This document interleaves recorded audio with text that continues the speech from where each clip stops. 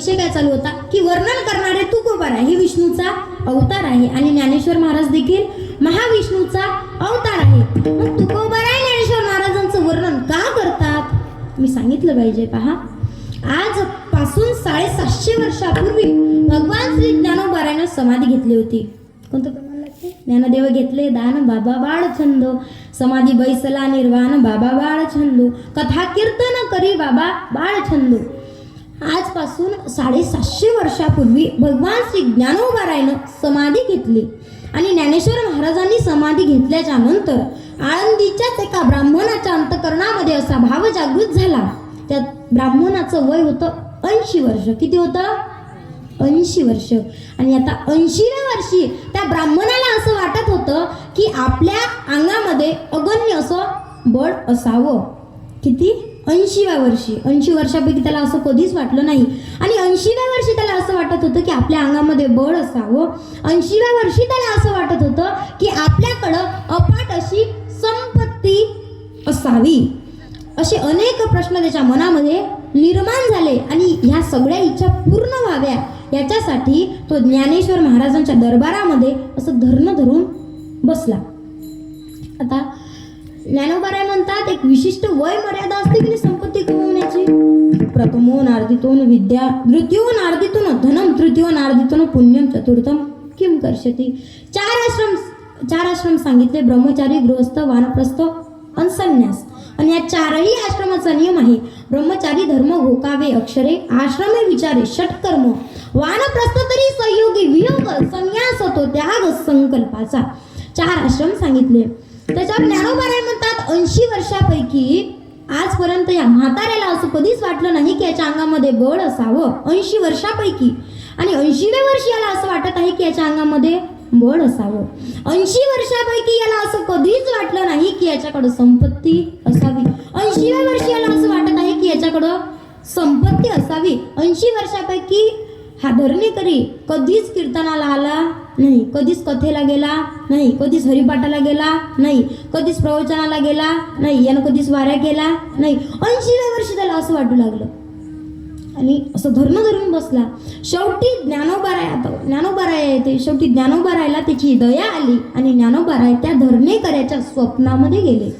आणि स्वप्नामध्ये गेल्यानंतर त्या धरणेकराला ज्ञानोबाराय सांगतात की बाबा रे, ज्या इच्छा, ज्या अपेक्षा घेऊन तू माझ्यापर्यंत इथं बसलेला आहे ना, त्या तुझ्या इच्छा इथं पूर्ण होणार नाही. कारण इथलं कोर्ट आता बंद झालेलं आहे. या कोर्टामध्ये आता कामकाज होत नाही. कारण ज्ञानोबारायनं समाधी घेतली होती ना. पण ज्ञानोबाराय सांगतात पण तुला जर असं वाटत असणार की ह्या तुझ्या इच्छा पूर्ण व्हाव्या तर इथून अवघ्या 14 किलोमीटर अंतरावर एक देहू नावाचं गाव आहे. तिथं जगद्गुरु तुकाराम महाराज नावाचे संत राहतात. तू त्यांच्याकडं जा. तू तिथं गेल्यानंतर या इच्छा त्यांना सांग. या सगळ्या आळंदीहून निघाला आणि पंढरपूरला आळंदीहून निघाला आणि देहूला गेला. आता ते कसं आहे, वयामानाने एखाद्याला होत असते. आळंदीहून निघाला आणि देहूला गेला. तिथं गेल्यानंतर योगायोगानं तुकोबारायची आणि त्याची भेट झाली. आणि तुकोबारायला त्या धरणीकरांना नमस्कार केला. विचारलं बाबा रे, तू कोण आहे, कुठून आलेला आहे, काय काम काढलं. त्यावेळेस तो धरणीकरी सांगते की मला ज्ञानोबारायनं तुमच्यापर्यंत इथं पाठवलेलं आहे. हे शब्द तुकोबारायच्या कानी पडतात. तुकोबाराय हातच जोडतात. तुकोबाराय म्हणतात काय ज्ञानेश्वरी उने ही पाठविले धरणे. तुकोबाराय त्या धरणे करायला सांगतात की बाबा रे, ज्ञानोबारायकडून कोणत्या गोष्टीची आज कमतरता होती की ज्ञानोबारायनं तुला माझ्यापर्यंत इथं पाठवलेलं आहे. तेव्हा तो धरणेकरी, तो ब्राह्मण सुरुवातपासून शेवटपर्यंत सगळा पाळा वाचून दाखवते आणि सांगते की माझं वय वर्ष 80 आहे आणि मला असं वाटते की माझ्या अंगामध्ये बळ असावं, माझ्याकडं अफाट अशी संपत्ती असावी. अनेक इच्छा तो तुकोबारायला सांगते. त्यावेळेस तुकोबाराय हसतात. तुकोबाराय म्हणतात बाबा रे, ज्या इच्छा, ज्या अपेक्षा घेऊन तू माझ्यापर्यंत इथं आलेला आहे ना, की मोना ज्या ज्ञानोबारायनं तुला इथं माझ्यापर्यंत पाठवलेलं आहे ना, त्या ज्ञानोबारायकडं कोणत्या गोष्टीची कमी नाही. त्या ज्ञानोबारायांच्याकडे कोणत्या गोष्टीची कमतरता नाही. तू ज्या ज्ञानोबारायकडून माझ्यापर्यंत इथं आलेला आहे ना, त्या ज्ञानेश्वर महाराजांच्या अंगामध्ये एवढं बळ